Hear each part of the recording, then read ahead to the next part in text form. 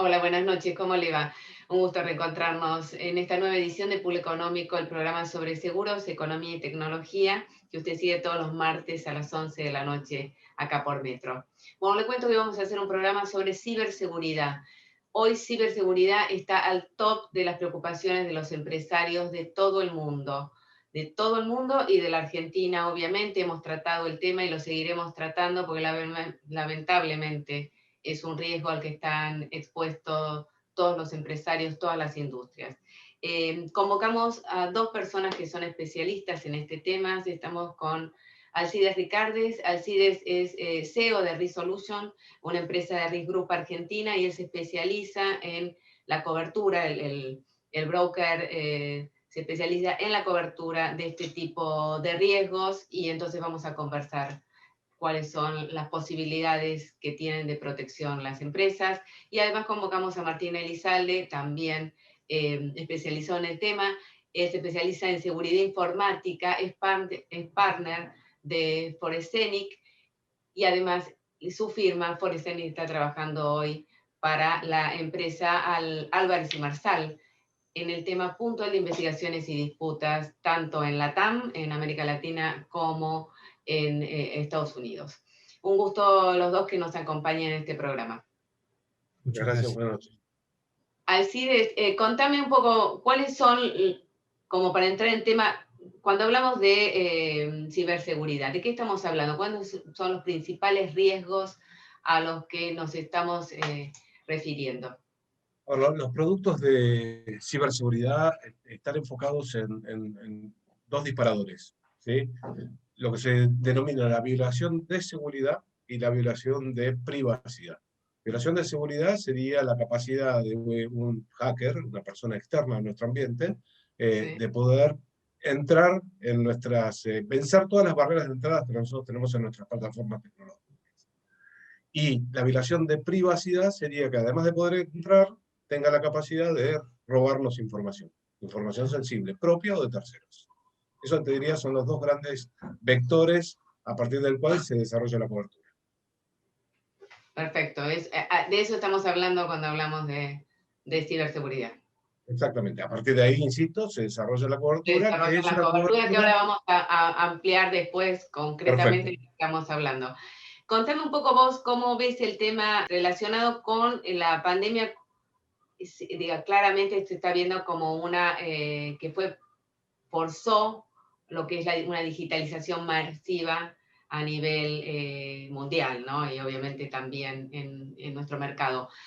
Esto acentuó para vos, y también lo extiendo después al CIDES, los riesgos de seguridad, de ciberseguridad. Yo creo que más allá del caso de la digitalización, que es una cuestión que venía, al menos en mi trabajo, era evidente, lo que creo que comentó fue, evidentemente, el uso que hacemos de Internet.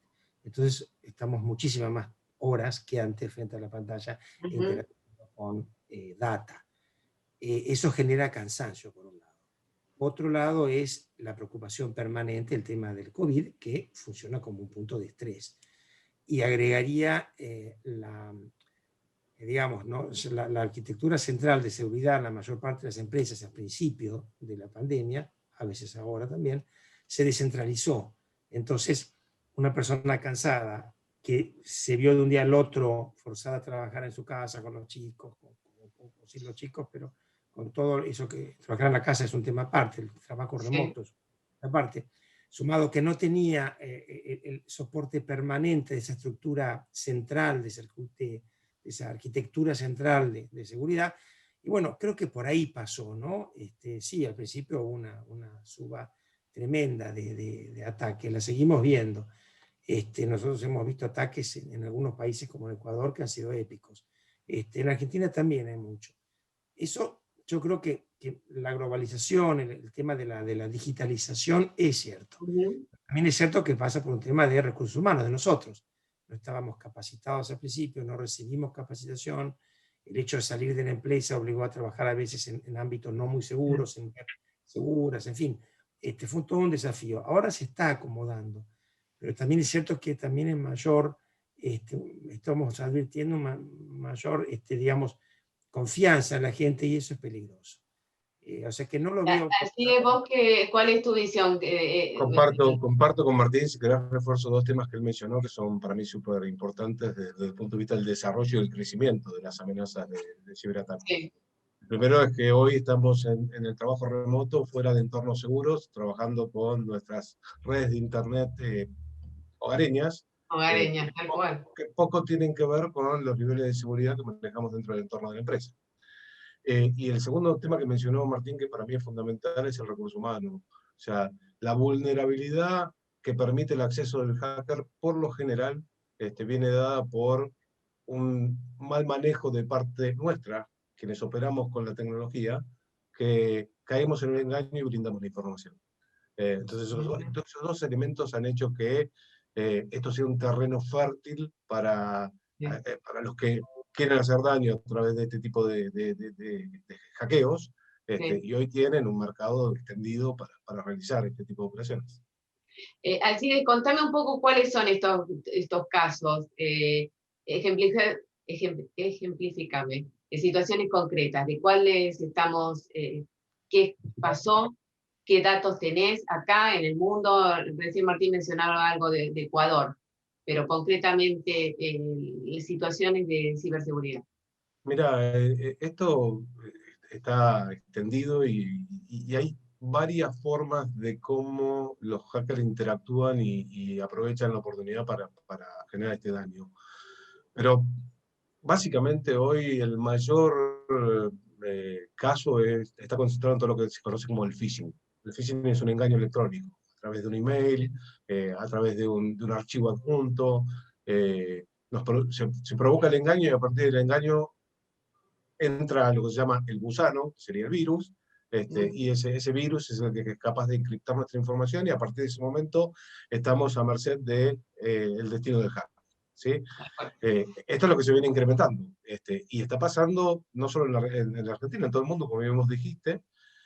Quizás lo que en Latinoamérica sufrimos más es que la cantidad de información pública respecto de este tipo de eventos es muy pobre. ¿Sí? ¿Por qué? Porque no tenemos ninguna obligación de denunciarlo. En otras regiones del mundo hay obligación de denunciarlo, y esa obligación de denunciarlo hace que se haga pública la información y conozcamos más de los casos. Pero prácticamente te diría, los bancos tienen hackeos a diario y más de uno por día. Tienen la suerte de que pueden resolver sus problemas de hackeo en la ventana de tiempo que tienen entre la apertura y cierre de operaciones. Pero los hackeos son permanentes. Enterarnos de casos de clientes conocidos, empresas que sufren este tipo de eventos es prácticamente a diario.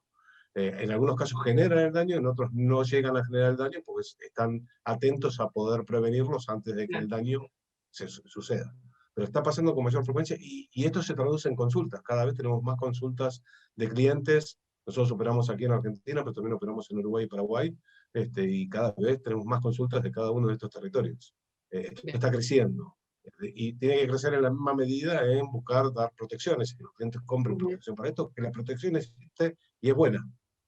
Bien, de eso vamos a hablar. Ahora nos vamos a un corte. Así es, y seguimos hablando a la vuelta. Estamos hablando sobre ciberseguridad, un temón. Ya volvemos, no se vayan.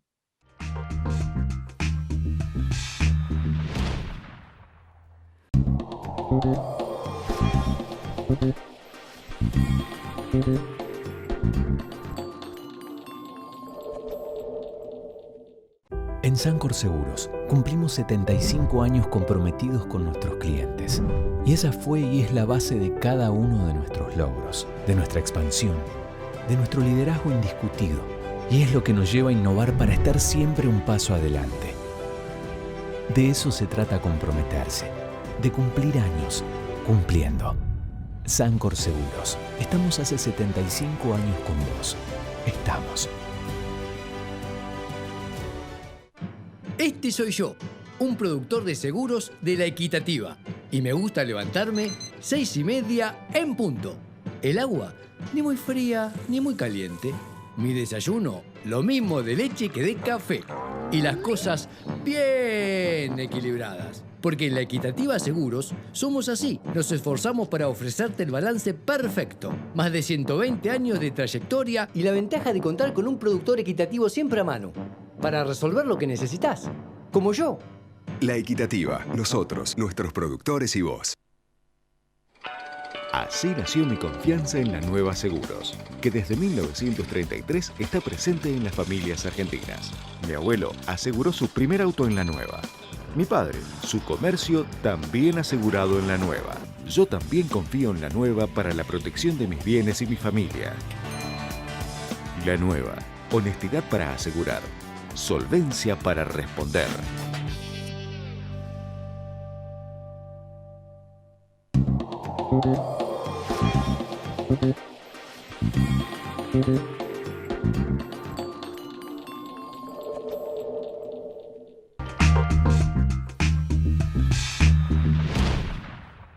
Continuamos en Pool Económico, estamos conversando sobre la problemática que afrontan los empresarios argentinos y a nivel global, que es los problemas de los hackers, lo que hacen los hackers, y estamos charlando sobre el tema de ciberseguridad y cómo nos podemos proteger. Martín Lizalde había quedado pendiente lo que le había preguntado a Alcides Ricardes referido a cuáles son concretamente situaciones de ciberseguridad. Nos decías algo en el corte relacionado con un cambio que vos veías de objetivo. El hacker busca datos económicos, files de economía y de salud, porque son muy caros. Y si y ataca un banco, como bien decía Alcides, lo hace todo el tiempo, o ataca una compañía de seguros, o incluso una prepaga, y a veces están bien defendidas. Entonces lo que uno está viendo ahora es que van por el lado de atrás, atacan instituciones de educación, y muchas, muchísimas, realmente. De educación. Sí, colegios, hasta colegios secundarios, universidades. Eso lo hemos visto al principio de la pandemia acá, en casos reales que no era el caso mencionar. Sí. ¿Por qué atacan al colegio? Y no para buscarse la nota de los chicos, para los files económicos de los padres, donde pagan tarjetas de crédito, cajas de ahorro, débito. Es fantástico. Y no están protegidos. Uno no ve ahí una cadena de protección. Eso es lo que estaba comentando. ¿Y cómo debe actuar la empresa, en este caso el colegio o cualquier institución, para tener un enfoque integral de cómo abordar la ciberseguridad? ¿Cuál es la opinión que tiene Alcides? Y después contarnos un poco tu visión. La acción es preventiva, la acción es antes. Hay todo un proceso de educación y de capacitación al recurso humano para ayudarlo a entender por dónde puede entrar una amenaza, por dónde puede entrar un hacker, ¿sí? Eso debe ser recurrente y permanente. El hecho de hacer simulaciones de hackeos también es súper interesante porque ayuda a entender cuán protegida está la empresa desde el punto de vista de su recurso humano, hasta dónde es capaz de ser engañado o no. Y este tipo de productos se proveen como parte del producto de seguros. Son consultorías que te ayudan no solo a capacitar, sino a entender hasta dónde estás protegido. Con lo cual, el preventivo es fundamental. Y segundo, en el momento del evento, actuar muy rápidamente, contratar a los especialistas que ayudan en todo el proceso de negociación, en primera instancia, con la contraparte, porque esto no deja de ser un secuestro. Y no solo en eso, sino en anticipadamente trabajar sobre todo los sistemas tecnológicos, sobre todo la operación tecnológica, para evitar el mayor daño posible, ¿sí? Entonces hay un pre y un post que necesita de mucha ejecución y de un equipo de trabajo focalizado en resolver el problema. ¿Qué le sumarías vos, Martín, a esto que está planteando Alcides? Coincido 100%, 100%. Le agregaría un detalle. Estamos con una cuestión de privacidad muy relacionada a la seguridad. Cuando vos perdés datos, no solamente has roto la seguridad, sino has comprometido la privacidad del titular del dato, que no sos vos. Es el alumno, es el padre, el asegurado, el productor, el que fue. O sea, es un tercero. Yo estoy viendo ahora en Argentina, por primera vez, y tenemos una audiencia en pocas semanas, un caso en el cual hay una estafa cibernética, ¿verdad? Primero un accidente, una falla de seguridad de una compañía. Esa compañía le han vaciado los datos financieros, datos sensibles, que están protegidos por la legislación, y gracias a eso han hecho muchísimas estafas. Un estafado dice, mira, en realidad yo te cedí el dato a vos, yo con el estafador no tengo nada que ver, de acá que lo encuentre, pero esta data la tenías vos. Entonces creo que es interesante que las compañías cobren conciencia que no solamente esto corre por el lado de la seguridad informática, sino de la privacidad comprometida y de las acciones civiles que van a empezar a recibir, que van a empezar a recibirlas atentamente de parte de todos los titulares de esos datos que están dando vuelta por ahí. En estos casos concretos ha habido un caso de en una compañía dedicada digamos, al ahorro con un fin predeterminado, y eso la va a comprometer, ya la está comprometiendo. O sea que realmente lo que dice Alcides, en el mundo real, mira, está viendo todo el tiempo, ¿verdad? ¿Y cómo se hace, cómo se actúa ante los pedidos de rescate, Alcides? Ahí entra lo que acaba de decir Martín. Si querés, nos metemos un poquito en el tema de la cobertura, bien sencillo. Sí, tal ¿sí? cual. Arranquemos, bueno, o si no, empecemos a contar y después cualquier cosa volvemos. ¿Cómo, digamos, cuáles son las coberturas que da el mercado asegurador para cubrirse? La cobertura se centra en dos productos: el daño propio y la responsabilidad civil hacia tercero, que es lo que acaba de definir como lo que estaba planteando Martín, sí. Lo que estaba planteando Martín. Entonces, básicamente tiene esas dos coberturas que se complementan.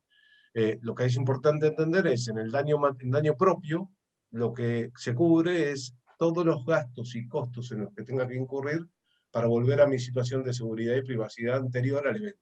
¿Sí? Claro. No hay una indemnización por un daño económico. El perjuicio económico no se indemniza, salvo en el caso del pedido de rescate. Ahí el pago del pedido de rescate es una indemnización de un perjuicio económico puro. ¿Sí? Por supuesto que en el reclamo de terceros puede ser por un tema económico o por un tema en daño en los bienes o en las personas. ¿Sí? Claro, está claro. Entonces, la cobertura justamente va a buscar de resolver esos dos problemas. Las demandas de terceros por el manejo de datos de terceros pueden ser perdidos por pérdida de privacidad, y el daño propio de tener que reconstruir, rearmar y volver al nivel de seguridad anterior. Está claro. Fantástico. ¿Y tenés casos, Martín, de pedidos de rescate? Sí, hemos tenido casos. En este momento no, no está acusando ninguno. Y es difícil aconsejar, porque hay que estar tan en el lugar y en el momento, ¿verdad?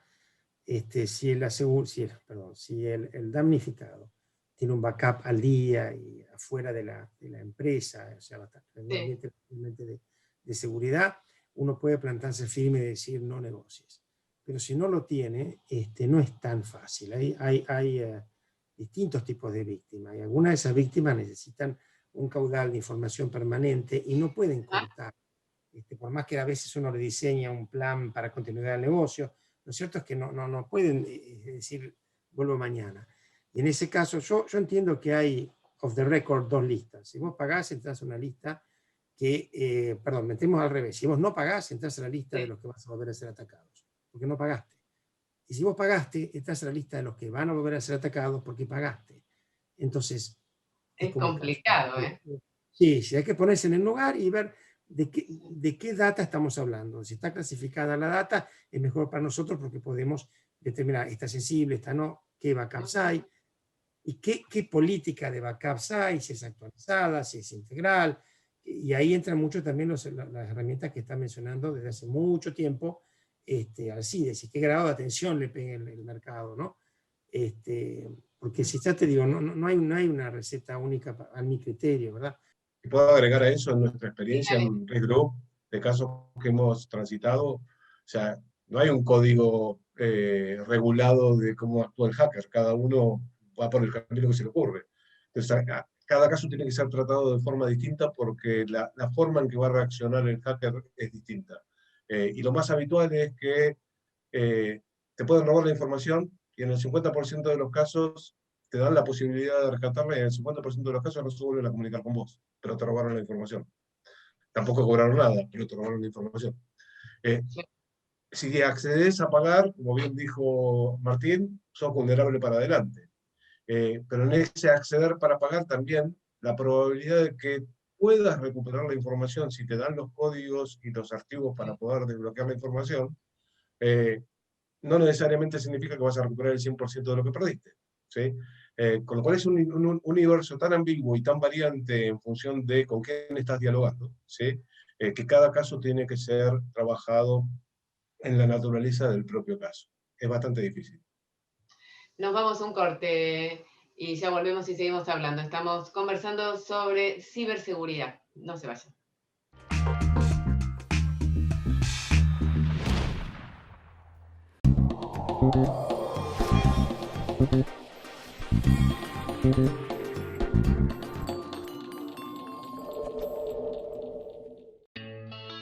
Nada brinda más tranquilidad que conocernos de toda la vida. San Cristóbal Seguros, 80 años cumpliendo.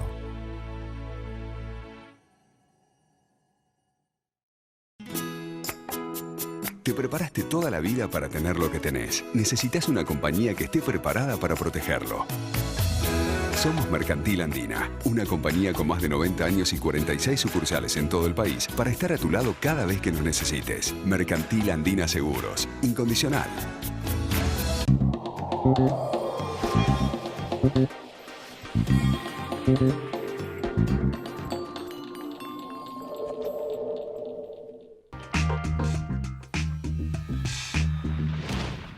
Continuamos en Pool Económico, estamos conversando sobre la problemática de ciberseguridad que afecta e impacta en todas las empresas. Y esa es una primera pregunta que le voy a trasladar a Alcides Ricardes de Resolution, una empresa de Risk Group Argentina, que estamos conversando sobre el tema relacionado a ciberseguridad. Por eso cuando lo refería a las grandes empresas, ¿estamos hablando de grandes empresas o también hay coberturas de seguros para individuos en este tema? A ver, desde el punto de vista del producto, el producto es aplicable a cualquier segmento, las empresas, las pymes, las grandes empresas, incluso el individuo. Ahora, cuando vamos a la naturaleza del individuo y al problema del individuo, hoy el ataque individual, más allá de que nos pueda suceder desde el punto de vista de que alguien secuestre la información de la computadora hogareña, lo más recurrente es el phishing para el robo de datos bancarios. Y el problema principal en eso es que la víctima es el dador del dato. Para que eso suceda, tenemos que dar un dato porque fuimos engañados. Y al estar siendo el que da el dato, la cobertura no opera. Con lo cual, en el segmento de individuos donde la necesidad es mayor, todavía no hay una solución que sea apropiada. ¿Sí? Claro, sí, te entendí. La verdad es complicado. Complicado.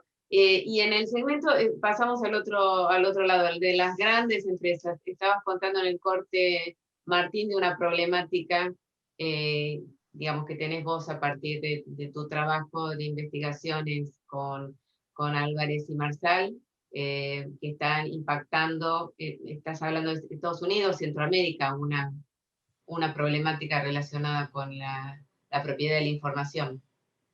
No, es de toda Latinoamérica. No te olvides que nosotros tenemos una regulación que está muy influenciada por la europea. Entonces, cuando escucho todo esto, no dejo de pensar que no solamente está la información comprometida, el tema de la seguridad de la información, sino también la privacidad, y no solo porque lo establece la ley argentina doméstica, sino porque lo establece el reglamento de protección de datos personales europeo. O sea que el tema es complejísimo desde el punto de vista legal.